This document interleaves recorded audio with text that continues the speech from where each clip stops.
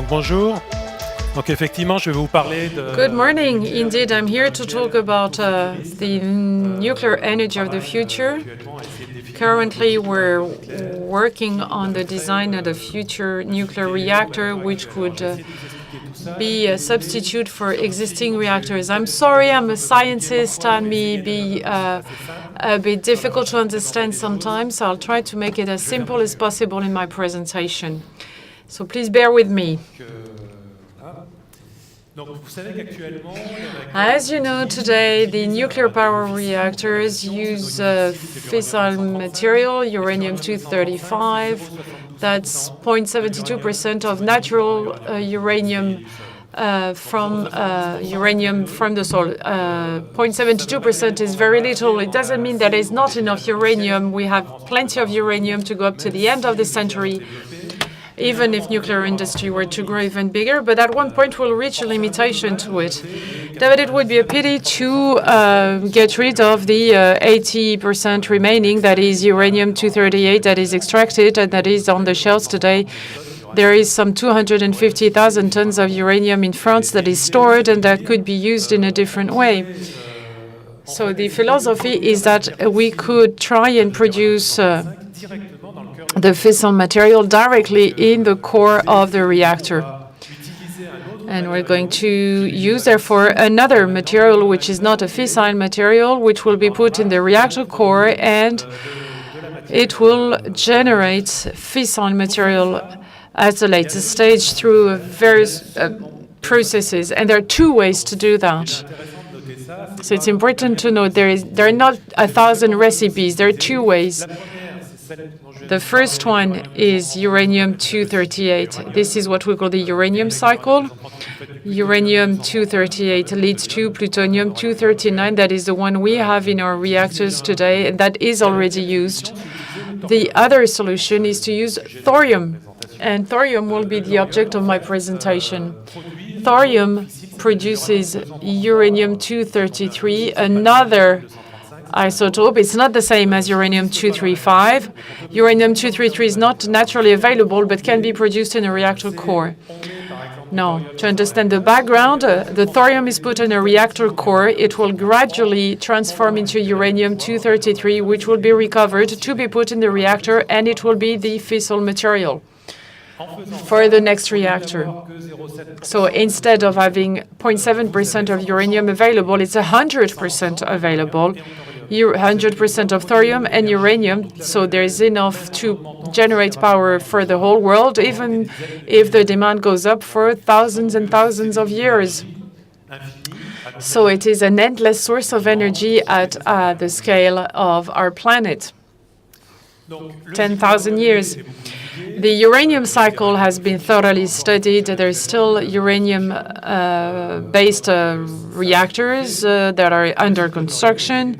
The thorium cycle, however, has not been studied as much for pilot projects, for instance. So the first question one might ask is, what would be the benefit in relying on thorium? Besides the fact that there is plenty of thorium available, but you will understand it can last for thousands of years, but we're not going to live forever, so there's no interest at the scale of a human life. But the first benefit is that we're not going to produce a lot of heavy nuclei, such as plutonium, americium, and curium, that are difficult to get rid of. That is true, but if you want to regenerate and have some fissile material in the reactor core, that is nuclear fuel regeneration, you will constantly need to put the fuel back in the reactor. So the heavy nuclei will be put again in the reactor, so it's no longer a waste you need to dispose of. So it generates less heavy nuclei, but it's not really a benefit. The second thing is that it is operating within the thermal spectrum. All the reactors in operations today have a thermal spectrum. Water slows down the neutron flow. And that's easy to do because you can use water, and it's very convenient. But if you want to use the uranium cycle, you have to maintain the so-called fast neutrons. You cannot slow down the neutrons in the reactor core, and you cannot have light nuclei such as hydrogen in the reactor. So it changes completely the reactor design and raises many problems. So people say, well, thorium cycle will still work within the thermal spectrum. You'd need the current reactors and put thorium in it. It works pretty well, but it's not that easy. It can work, but we have the fission products causing poisoning. You know, when there's a fission, you have an atom, you have two fragments that will end up in the reactor core. They will be consuming neutrons, and therefore the reactor will not operate properly. So it's a benefit, but it's very difficult to implement from the technical standpoint. Another advantage in the thorium cycle is, if it can show up on the slide, is the proliferation, the so-called proliferation resistance. We don't want to generate a new nuclear power source that would be a source for nuclear bombs. We want to produce fissile material, but the thorium cycle has a great advantage. When uranium-233 is produced simultaneously, you have to produce uranium-232, which, when it decays, emits high-energy gamma radiation. It is difficult to be protected from it. It is visible. If you manufacture a bomb, you can no longer stand by it because there's a lethal dose after 1 hour of exposure next to the bomb. You cannot handle it. You cannot put it in an aircraft, so it's completely different. So it's a great advantage.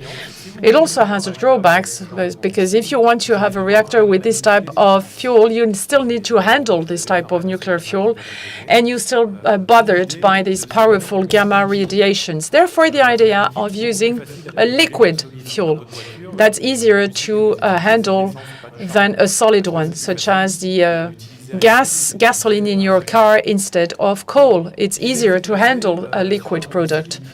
So the idea would be to switch to a liquid fuel.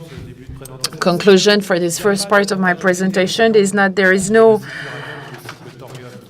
benefit when you compare thorium with uranium. People say thorium is the panacea, it's going to cause the energy revolution in the world. No, it's not a key advantage compared with uranium. The only difference is the type of reactor that can be designed and built for this type of thorium cycle. And this is what I'm going to try and explain now. So as I said, the best solution would be to use liquid fuel. What are the intrinsic benefits of a liquid fuel? First, it is homogeneous. Today, we're using rods where there is a fission. They are located in a given position in the reactor core. The combustion rate won't be the same depending on their position in the reactor, while the liquid fuel will be homogeneous and flowing in a homogeneous fashion throughout the core. Second, you can redesign the core in a few minutes. That is key. At the Fukushima NPP, after the accident, there was no cold source, no heat sink available. The fuel remained in the reactor core. It could not be removed and could not be cooled down. With a liquid, you can empty it very quickly in a gravity fashion. We assume that gravitation will still be operational, and therefore you flow out the fuel which has been designed to be cooled down at any time, even though you don't have any heat sink. There is something flowing, there is less radiation, so it can be designed in such a way. So you have both designs. So one where you have something that is optimized for energy generation, and another one which helps to manage accident-like situation, which has been specifically designed for that particular purpose. Third benefit is that the nuclear fuel can be reprocessed on the way, and it helps to have a more flexible type of operations, a better management of the fission products, of the neutron inventory and fissile material necessary. It's much more flexible and easier with this type of reactors.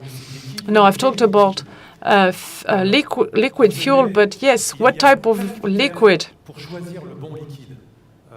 There are thousands of criteria to select the right fluid: temperature, thermohydraulics, And when you put all these criteria together, you realize that there is only one solution. These are lithium fluorides. All the other liquids may cause a potential problem with lithium fluoride will lead us to what we call molten salt reactors, a type of reactor that has already been developed in the past. But the chemical and neutronic properties of fluorides are such that the uranium cycle may not be used with liquid fluorides. This leads us to the thorium cycle. So far I said the thorium cycle, thorium would have to be put in a liquid. But if you want to use liquid, you only can use the thorium. The uranium cycle cannot be used with liquid fuel. Sorry. Now, a short historical review of molten salt reactors. There was first the aircraft reactor experiments, such as the ones you have in submarines or aircraft carriers, so that the aircraft would fly for a month without having to land.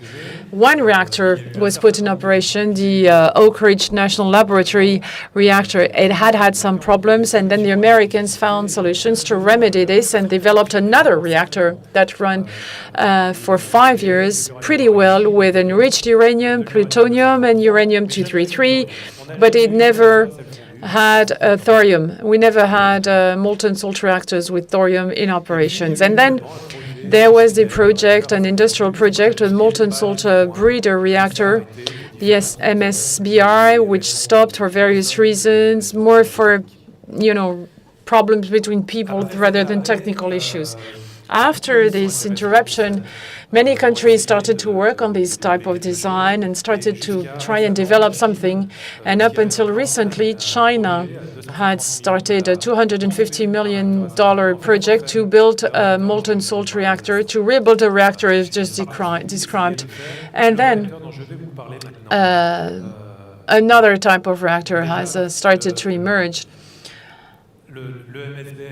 The MSBR, so the project that never came out, is amongst the 6 designs that were decided by the International Gen 4 Forum, which is a forum pulling together some thoughts and work and studies on reactors of the futures. And they've selected 6 designs. And we've analyzed the existing reactor, the MSBR, and we've realized that there were many problems. With the new simulation tools, we've been able to find out that this reactor could not be deployed at an industrial scale. So the MSBR is not the right reactor. And many people had already said it at that time.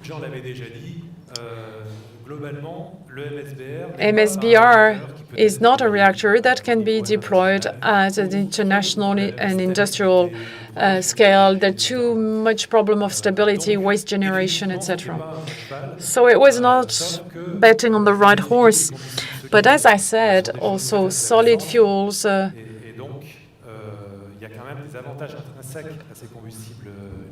the liquid fuels are very interesting because of their intrinsic properties. So we wondered whether we shouldn't go any further. Why not developing molten salt reactors with all the advantage of the liquid fuels and with getting rid of the drawbacks of the MSBR?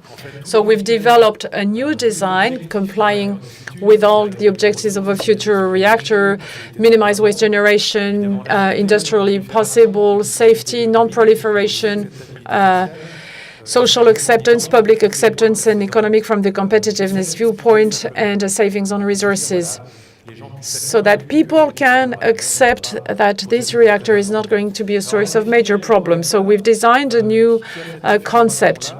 This one here, it's the fuel comes from the bottom, circulates and flows in. The core is bigger than that, and it goes through exchangers and then can flow inside with a catcher at the bottom to have the fuel evacuated in case of a problem. There are no control roads. There is no emergency rod. It's fairly simple. The intrinsic nuclear safety is such that you virtually don't need anything to make it work.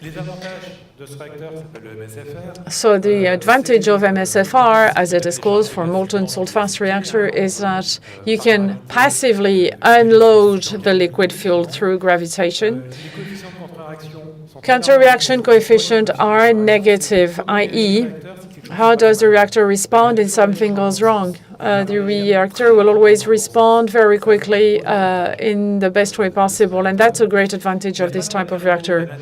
There is no material inside the reactor core, so there is no generation of waste such as burned or irradiated structural elements, such as grids and supports. And it can use any fissile, and in particular, it can use the heavy nuclei coming from today's reactors. That is, we can have them used and inserted them within this type of new reactor. Time flies, unfortunately, so I'll be very brief about that, just to tell you that instead of the MSBR, which was selected or shortlisted amongst the 6 designs by the International LHFORUM, the MSFR has been shortlisted instead, and France has succeeded in imposing this possible concept of reactor, but that's for research purposes. I think that after that I have a few diagrams showing this type of reactor. This one is similar to the one I've shown, so I'll switch to another one. This is a cross-section of what we are trying to work on. We're working on the safety features of this reactor, designing the driver for the design of the reactor is safety. So you have the first containment barrier here containing all the fuel recirculation system with the fuel flown in another area. And then you have a second barrier containing all the fuel processing units. So we try to have everything captured right from the beginning, very early on in the design stage of the reactor. Unfortunately, I won't have the time to talk about this, but it's just to tell you that designing a new kind of nuclear reactors is a good thing, but we also need to think about how we're going to end with these reactors. Maybe in 4,000 years from now, we'll switch to something completely different. And when the reactor shuts down, the fuel will be waste, and we need to find ways to process the waste and to dispose the waste. So we'll have to think about it. And that's a very far in the future. India is working on thorium as a solid fuel at the moment. This is a list of all countries that are currently working on this design: Japan and Russia. We work a lot with Russia, and that's very fruitful. Europe has set up a program which will be completed by the end of this year, and China wants to or is currently setting up a very important program for the development of this type of reactor. Now, if you haven't understood anything, there's not that much to remember. The take-home message is that the thorium cycle is the only alternative to the uranium cycle. So not working on the thorium cycle, that's really a blunder, a major blunder. So it has to be the object of research. Thorium is suitable for liquid fuels. And the opposite is also true. And for those who've understood something and would like to learn more about it, I suggest you check this on YouTube. It's a video. It's a 1.5-hour video explaining all this in detail. You type my family name and thorium on YouTube. You will easily find the video if you have time to spare. Thank you for your attention.